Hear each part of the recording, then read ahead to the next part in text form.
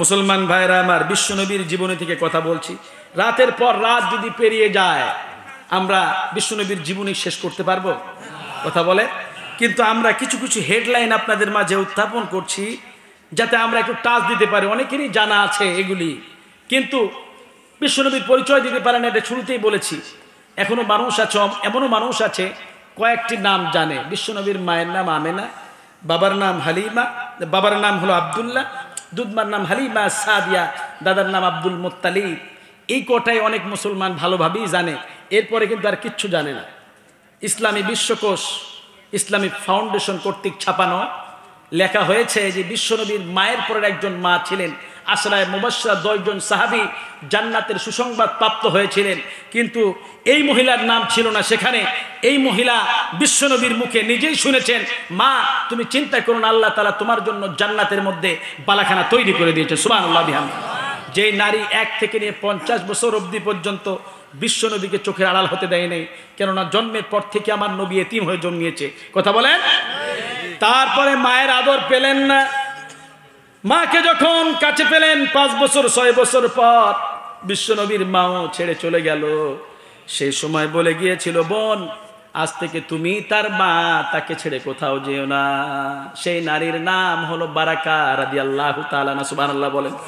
অনেক মানুষ কিন্তু জানেই না, এই নারীর কথা প্রকাশই হয় না, কেননা দুনিয়ার জমিনে যেনাকে আল্লাহ রাব্বুল আলামিন হাউজে কাউসারের পানি আল্লাহ পান করার সুযোগ দিয়ে দিয়েছেন। সুবহানাল্লাহ বিহামদি। বিশ্বনবী তেনার কপালে চুমু খেয়েছে, উপস্থিত সাহাবায়ে কেরামদের মাঝে বলেছেন, ও সাহাবায়ে কেরামেরা, ইনি হচ্ছে আমার মায়ের পরের মা, যিনি আমাকে তেনার সন্তানের চেয়েও বেশি ভালোবেসেছেন। 50 বছর অবধি পর্যন্ত আমাকে দু চোখের আড়াল হতে দেয় নাই। সারাক্ষণ মায়ের আদর, বাপের আদর, যা আদর ছিল সব আমি আমার এই মায়ের কাছ থেকে পেয়েছি। আল্লাহু আকবার। সেই বারাকা রাদিয়াল্লাহু তাআলা আনহা যখন কিশোরী ছিল, কিশোরী বারাকাকে দাস ব্যবসায়ীরা, মক্কার দাস দাসী বেচা কেনার বাজারে বেচতে নিয়ে যান। কুরাইশ সর্দার আব্দুল মুত্তালিবের ছেলে আব্দুল্লাহর বিবাহের কথাবার্তা চলছিল মদিনার অন্যতম আব্দুল ওয়াহাবের মেয়ে আমেনার সাথে। আমেনার সেবার জন্য আব্দুল মুত্তালিবের ছেলে আব্দুল্লাহ কিশোরী বারাকাকে দাস বাজার থেকে কিনেছিলেন নববিবাহিতা স্ত্রী আমেনাকে উপহার দিবেন বলে। বারাকার জীবন এমন ছিল, অল্প বয়সেই পিতামাতার ভালোবাসা থেকে বিচ্যুত হয়ে পড়লেন, দাসী হিসাবে তিনি বাজারে বিক্রি হয়ে গেলেন। কিন্তু অন্যান্য দাস দাসীর তুলনায় বারাকার জীবন ছিল হাজার লক্ষ গুণে ভালো, কেননা মা আমেনা ছিলেন খুব বড় মনের অধিকারিণী। তিনি বারাকাকে কখনো নিজের দাসী হিসাবে দেখেন নাই, বরং সঙ্গী অপেক্ষ সাথী হিসাবেই গ্রহণ করেছিলেন। সুবহানাল্লাহ বলেন। নবীজির পিতা আব্দুল্লাহ, মাতা আমেনা বিবাহ সম্পন্ন হয়ে গেলেন। বিবাহ 2 সপ্তাহ পর নবীজির দাদা আব্দুল মুত্তালিব তেনার নববিবাহিতা ছোট ছেলে আব্দুল্লাহকে বললেন, মক্কা থেকে বাণিজ্য কাফেলা সিরিয়ার উদ্দেশ্যে রওনা হয়ে যাচ্ছে কিছু দ্রব্য সামগ্রী নিয়ে ব্যবসার জন্য, তুমিও তাদের সঙ্গে রওনা হয়ে যাও। নবীজির পিতা আব্দুল্লাহ ছিলেন দেহ ভয়াবহ, আরবের অন্যতম সুদর্শন যুবক, সুস্বাস্থ্যবান আর বলিষ্ঠ। তেনার আচার ব্যবহার ছিল দৈহিক সৌন্দর্যের মতোই। এমন লোককে স্বামী হিসাবে পেয়ে মা আমেনা নিজেকে ধন্য ও সৌভাগ্যবতী মনে করতেন। কিন্তু বিবাহের 2 সপ্তাহ পর স্বামীর সঙ্গ হারাইতে হবে এটি মোটেও চিন্তা করে নাই, কেননা কোনো বোন চায় না বিবাহের পরেই তার স্বামী তার কাছ থেকে আলাদা হয়ে যাক। কথা বলেন ঠিক কিনা? অনেক বোন এখানে বিদেশ প্রবাসী ভাইরা আছেন, বিশেষ করে বিদেশে গিয়েছেন অনেকে। দেখা যায় যে স্ত্রীকে ছেড়ে, কলিজার টুকরা সন্তানদেরকে ছেড়ে তাদের মুখে হাসি ফোটানোর জন্য নিজের সব শখ আহ্লাদগুলি ত্যাগ করে তারা এদেশ থেকে বাইরের দেশে পাড়ি জমিয়েছে। কথা বলেন ঠিক কিনা? এ সমস্ত রেমিটেন্স যোদ্ধাদের জন্য আমাদের দোয়া আছে না নাই? তারা শুধু তাদের পরিবারের উন্নতি করলো তা নয়, দেশ এবং দশের ভালাই কারণে লিয়ে কাজ করেছে তারা। আল্লাহ তাআলা সে সমস্ত ভাইদেরকে নেক হায়াত দারাজ করুন, অসুস্থতা দূর করুন, বিপদ বালা মুসিবত থেকে হেফাজত করুন, পড়ছে আমিন। মুসলমান ভাইরা আমার, নবীজির মা আমেনা প্রাণের স্বামীকে টেনে নিয়ে এক জায়গায় গেলেন, আড়ালে ডাক দিয়ে বললেন, প্রাণের স্বামী, এখনো আমার হাতের বিবাহের মেহেদির রং শুকিয়ে যায় নাই, এই বিচ্ছেদ বেদনা আমি কেমন করে সইব। মা আমেনায় সিদ্ধান্তে ছিলেন মর্মাহত। মা আমেনায় সিদ্ধান্তে ছিলেন মর্মাহত।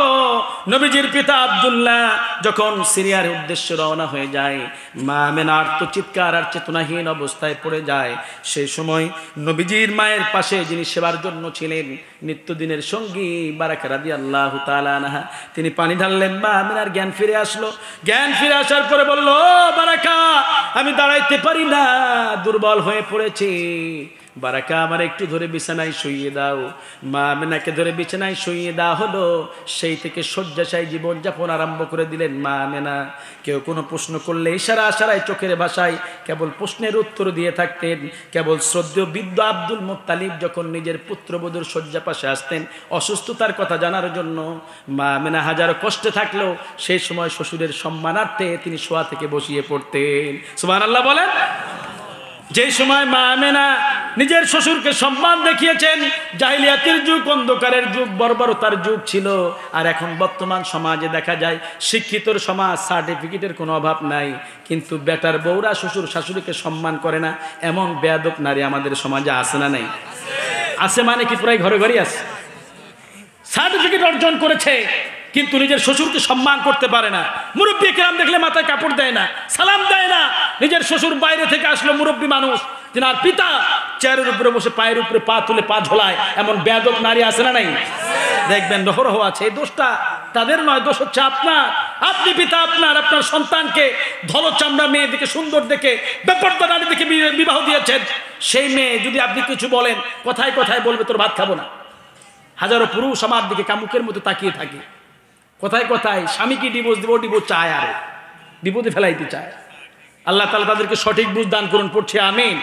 দেখবেন ওদের কথার পরে আপনি পাবেন না, আপনি একটা বলবেন ওরা বলবে আরেকটা। যে সমস্ত বেপর্দা নারী, আল্লাহ তাআলা ওই নারীদেরকে পর্দানিশী বানান, পড়ছে আমিন। কখনো খবরদার স্বামীর উপর দিয়ে কথা বলবেন না। আপনি স্বামীকে পরামর্শ দিবেন, সিদ্ধান্ত দিবে আপনার স্বামী, ঠিক কিনা বলেন? কেননা এক কদম এখানে মুফতি সাহেব আছেন, এখানে আলেম ওলামা আছেন, এখানে আলেম ওলামা আছেন, সকলেই একমত দিবেন যে এক কদম স্বামী স্ত্রীর চাইতে স্বামীর মর্যাদা আল্লাহ তাআলা বাড়িয়ে দিয়েছেন। সুবহানাল্লাহ বলেন। এই মর্যাদার অধিকার আল্লাহ তাআলা তাদেরকে দান করে দিয়েছেন। জেলে একটা মাছ ধরেছে, বিশাল বড় কাতলা মাছ, আর 10 মিনিট চললে বিরক্ত হবেন? চলবে ইনশাআল্লাহ। এই মাহফিলটাকে আমরা ধন্য করতে চাই ইনশাআল্লাহ। কি হুজুর সমস্যা আছে নাকি? হ্যাঁ, কেননা 10 মিনিট আরো বেশি না, ইনশাআল্লাহ আছি তো। কমিটির কাছ থেকে আমাকে পারমিশন দেওয়া হয়েছে 10 মিনিট আরো বেশি চালায় যায়। বিশ্বাস করেন ভাই, আমি যখন প্রথমে আসলাম, গতকাল আমার প্রোগ্রাম ছিল কুষ্টিয়াতে, এই খুলনাতে, সে প্রোগ্রামটা সেরে আসতেছি, ঠান্ডা লেগে গিয়েছে, গলা দেবে গিয়েছিল। আমি আল্লাহর কাছে 1000 বার চাইলাম, আল্লাহ এতগুলি মানুষ এত কষ্ট করেছে, মাদ্রাসার কমিটি, মাদ্রাসার ছাত্র এবং হুজুরেরা, আপনারা সহযোগিতা করেছেন, এত সুন্দর জান্নাতি বাগানের আয়োজন করেছেন, আল্লাহ না করুন গলা যদি দেবে যায়, ঠান্ডা লাগে, আমি যদি কথা না বলতে পারি, বেইজ্জতি তো হবই হব, মাহফিল কর্তৃপক্ষ আরও বেইজ্জতি হয়ে যাবে।